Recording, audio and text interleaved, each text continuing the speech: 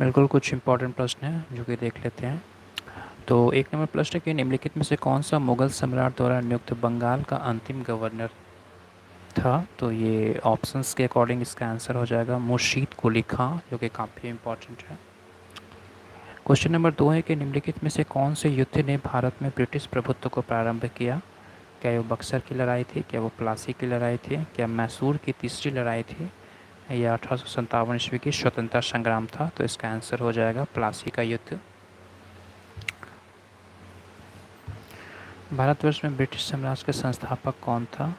Warren Hastings, Lord Amherst, Lord Robert Clive या Lord William Bentinck? तो इसका answer हो जाएगा लॉर्ड रॉबर्ट क्लाइव। निम्नलिखित में से किसे स्वर्ग से उत्पन्न सेनानायक कहा जाता है? तो रॉबर्ट क्लाइव को स्वर्ण से उत्पन्न सेनानायक कहा जाता है। क्वेश्चन नंबर 5 है कि प्लासी की जो लड़ाई हुई थी, उस प्लासी के युद्ध का मैदान निम्नलिखित में से कहाँ स्थित है? क्या वो बिहार में है? क्या वो आंध्र प्रदेश में है? क्या वो उड़ीसा में है कि पश्चिम बंगाल में है? तो इसका आंसर हो जाएगा पश्चिम बंगाल। क्वेश्चन नंबर 6 है कि प्लासी का युद्ध कब लड़ा गया था? 1761 ईस्वी में, 1757 ईस्वी में, 1760 ईस्वी में या 1767 ईस्वी में? तो इसका आंसर हो जाएगा 1757 ईस्वी में। निम्न में से किस शासक ने अपनी राजधानी मुर्शिदाबाद से मुंगेर स्थानांतरित की थी? तो ये आंसर हो जाएगा मीर कासिम। मीर कासिम जो एक शासक थे जो कि अपनी राजधानी मुर्शिदाबाद से मुंगेर स्थानांतरित कर दिए थे।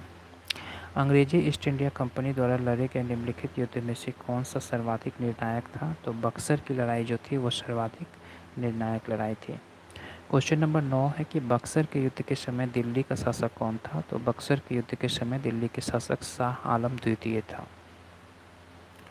बक्सर के युद्ध के समय दिल्ली का शासक शाह आलम द्वितीय था। आगे क्वेश्चन नंबर 10 है कि बक्सर की लड़ाई के समय बंगाल का नवाब कौन था? तो बक्सर की लड़ाई के टाइम में बंगाल का नवाब मीर जाफर था। निम्नलिखित में से जिस शासक ने ईस्ट इंडिया कंपनी की दीवानी प्रदान की थी वह था शाह आलम द्वितीय।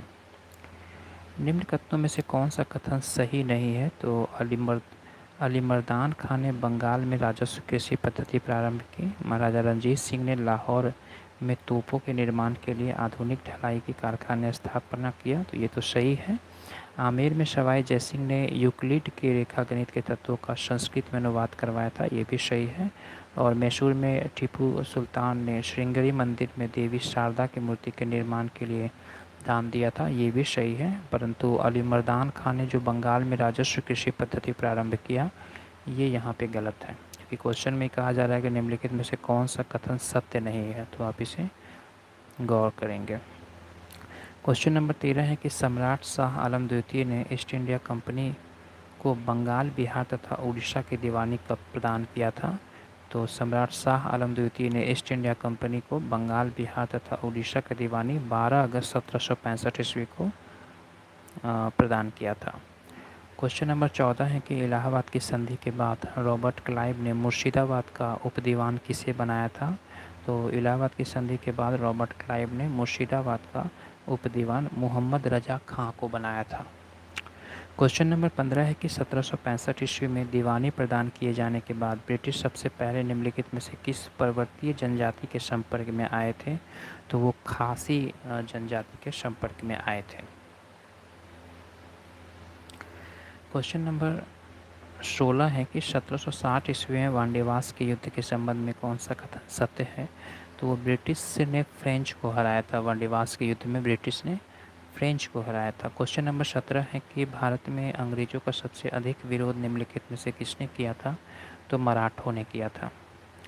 क्वेश्चन नंबर 18 है कि निम्नलिखित में से कौन सा युग में सही सुमेलित नहीं है? तो ये बक्सर का जो युद्ध हुआ था वो मीर जाफर और क्लाइव के विरुद्ध हुआ था। और वांडीवास का युद्ध जो फ्रांसीसियों विरुद्ध ईस्ट इंडिया कंपनी की, ये सही नहीं है वांडीवास का युद्ध। वहीं चिलियावाला का युद्ध जो हुआ था वो डलहौजी और मराठों के बीच में हुई थी। वहीं खुर्दा का जो युद्ध हुआ था निजाम के विरुद्ध ईस्ट इंडिया कंपनी की थी। निम्नलिखित में से कौन सा स्थान रंजीत सिंह के राज्य से संबंधित था? तो श्रीनगर जो था वो रंजीत सिंह के नाम राज्य से संबंधित था।